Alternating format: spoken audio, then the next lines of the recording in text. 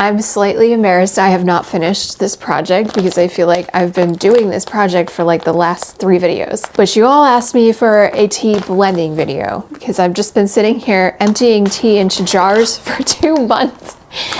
I thought maybe we would talk about something productive so I could actually maybe get it done. I don't know. We might not get it done. We're probably not going to finish this today. Honestly, this box just seems to never end, and the bags, even though they don't look that big, they just keep coming. Like as soon as I pour it in, it's like, okay, I need 8 more jars for this tiny bag. So I started doing research to do a tea blending video for you because this is not something that I'm super comfortable with yet myself. Like this is my first year growing a tea garden. I drink a lot of tea and I always have, but making my own tea is something that is still pretty new to me. I feel like this happens anytime I learn something new. There's a lot more to just formulating tea than mixing different amounts of dried plants together and seeing whether or not you like it. And as with all things, like I'm gonna tell you a bunch of like rules and guidelines. Take them all with a grain of salt. You should decide what you are comfortable with, what your values when it comes to buying and sourcing tea are. You don't need to listen to everything that I'm saying. Because the very first step when it comes to making your own tea blends is sourcing your tea. And if you're not growing all of your own tea ingredients, which I am not, I've grown a lot of my own tea ingredients. And if you want to see how I planted and grew my tea garden, I will link those videos for you here. There's a lot of things that I either can't grow here or just didn't grow in the quantities that I wanted.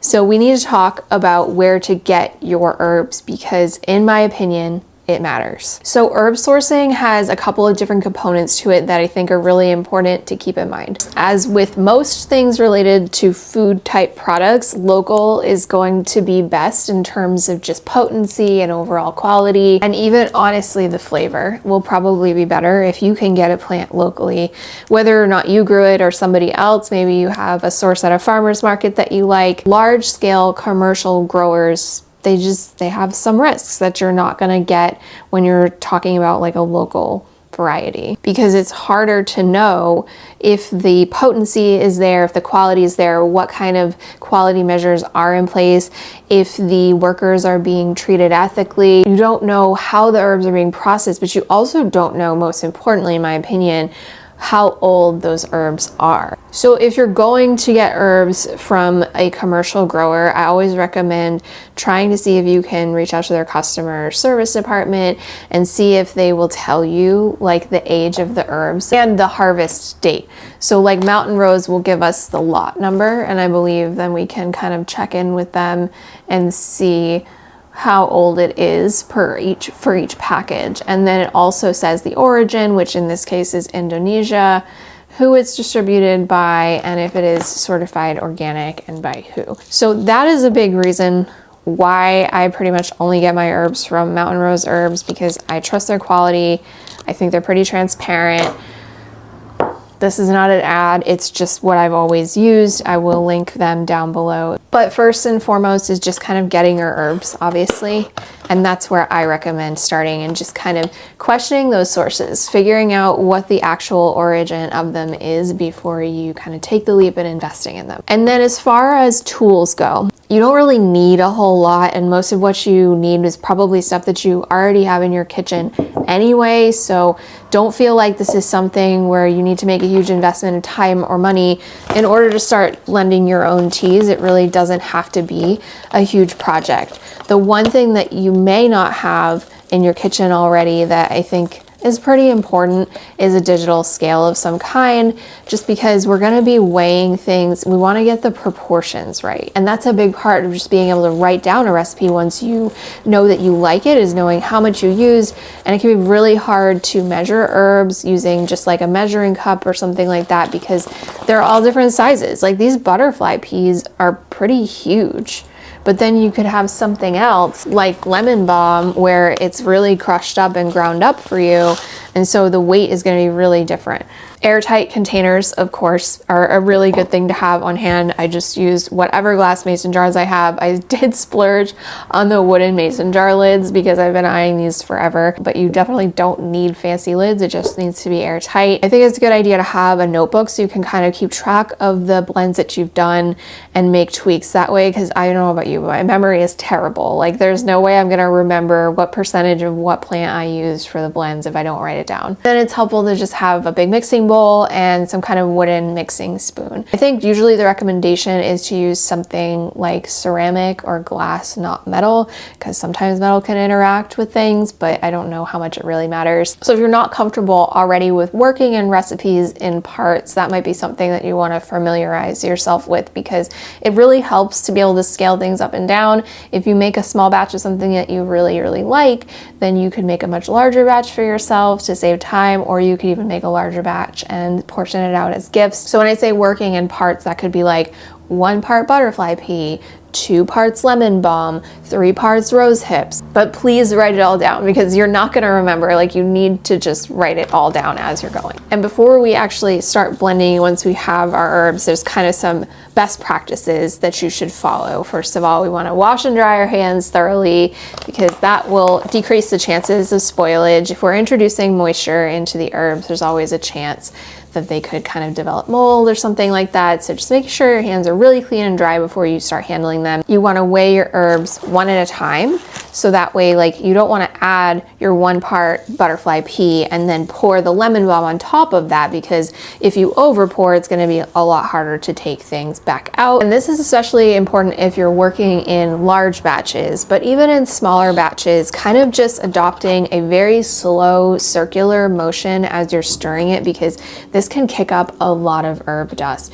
And if you're making big batches, that can be kind of problematic. It can kind of, especially if you have asthma or something like that, it's getting up in your nose and irritating you. So a wave-like kind of slow circular motion is gonna reduce the amount of dust that's getting kicked up in the air. But you can also wear a mask. If you're doing especially large batches, I feel like it's a good idea to wear a mask. As you're kind of stirring and blending your herbs, I would also say it's really important to just keep an eye out for foreign matter.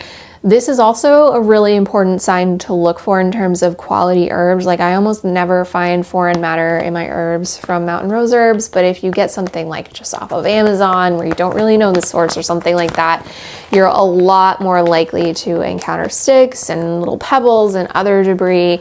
And you just want to be like looking out for them as you're blending and removing them if you see them. Another thing that you need to look out for when you're sourcing your herbs is natural flavors. So you don't want to get lemon balm that has natural flavors in it to make it taste more like lemon, for example, or anything like that. First of all, it means it's masking a quality issue, which we don't want. If the herb is not flavorful on its own, it's most likely not potent, which means it won't be effective medicinally. And second of all, natural flavors are just super unregulated, and most of the time, 80 to 90% of what natural flavors is preservatives. So that's not something we usually want to introduce into our herbs. If you don't care, that's fine. That's up to you. If you're just here to make something that tastes good, go for it, but just something to keep in mind if you don't know already. And then as far as actually formulating goes, there's kind of a few stages to this, so I don't want you to just dive right in, because I feel like that can be super overwhelming as you're just getting started. So we need to kind of educate ourselves a little bit on flavor. If you're not sure where to start at all, you can pick flavors that are personally meaningful to you.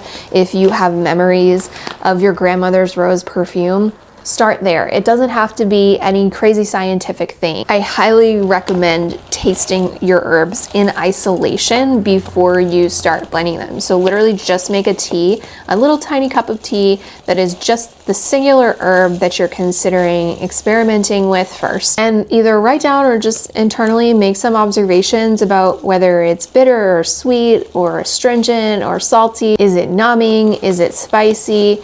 Because as much as we are looking at, what the herbs may help with, we are also trying to make something that doesn't taste terrible. So starting off with the taste and the personal significance of those plants to you can make it a little bit less intimidating as you're just getting started. This smells amazing and it's so pretty. You should also keep in mind that fresh herbs are 70 to 90% water, whereas dried herbs are going to be a lot more concentrated. So if you're using fresh herbs from your garden, it's going to be a very different experience over using dried herbs. Dried herbs will give you a much more accurate picture of what the plant is going to taste like in a tea. Some of the most common flavors that you may experience while you're taste testing herbs include sour.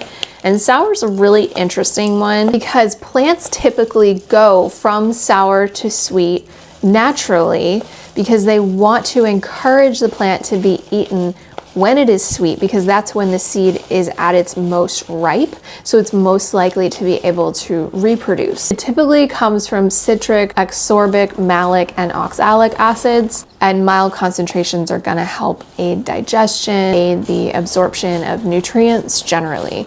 So that's just something you can keep in mind as you're starting to learn and become more comfortable with sour flavors. If those are features that you're looking for in your tea, you may end up with a more sour tea as a result. The common sour flavors you might experience in tea come from cranberry, linden, peach leaf, and hibiscus, which is one of my favorites. And then we come to salty. And salty is interesting because we don't really find it in plants very much. And they think that with salty flavors, it brings out the sweetness and the spiciness in plants by suppressing the bitter and sour flavors. Saltiness also increases appetite and aids digestion generally.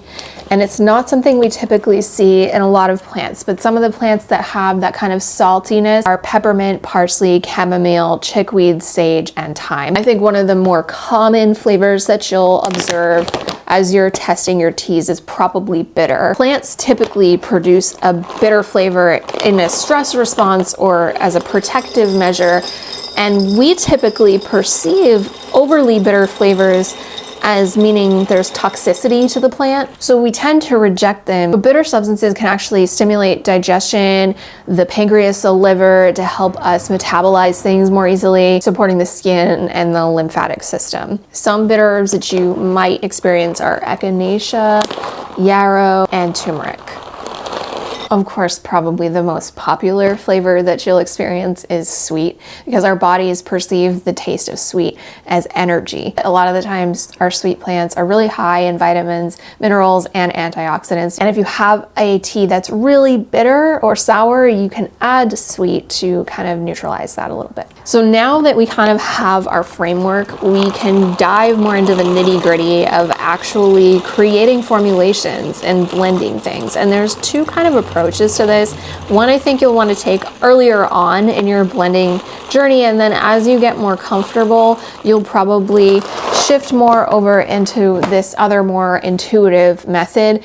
But don't feel like you have to do one or the other. Whichever one brings you more joy and feels most comfortable for you is definitely where you should start. A lot of this, even within a more structured framework, is going to be about trial and error. It's going to be kind of testing smaller quantities at first, taking note of those parts so that when you find a ratio that you really like, you can make it on a larger scale, but you kind of do have to be prepared to fail a little bit. I feel like I say this a lot when it comes to gardening and talking about frameworks and things, but we just need to know the rules in order to know how and when to break them. So I think it's really good to have both methods, test them out, and then see what resonates the most with you. So in the Healing Herbal Teas book, Sarah Farr talks about a pyramid for formulation. And the way that she looks at this is active in the bottom, that's 50% of your blend, and it's 3 parts of an active component that's going to be kind of the driving force. So if you're looking to make a digestive tea, you're going to want to put 50% of your blend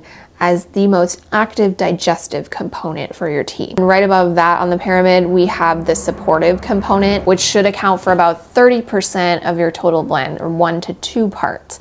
And this could either be something that amplifies the effect of the active component, or something that actually kind of counteracts a negative effect or flavor of the active component. And then the very top 20% of that pyramid is what she calls the catalyst. And this is only going to be about 1/4 to 1 part. This is kind of just an accent herb, a complementary herb. Again, this could be something that either amplifies the effect of one of the other 2 components or helps balance out the flavor in some way. This pyramid system will get you thinking more about the proportions and actions of herbs.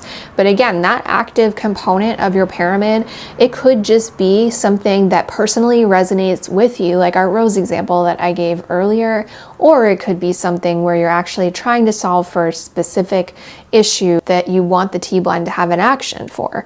It doesn't matter, like it's totally up to you and what resonates with you. And then our second way of blending herbs is just to freeform formulate.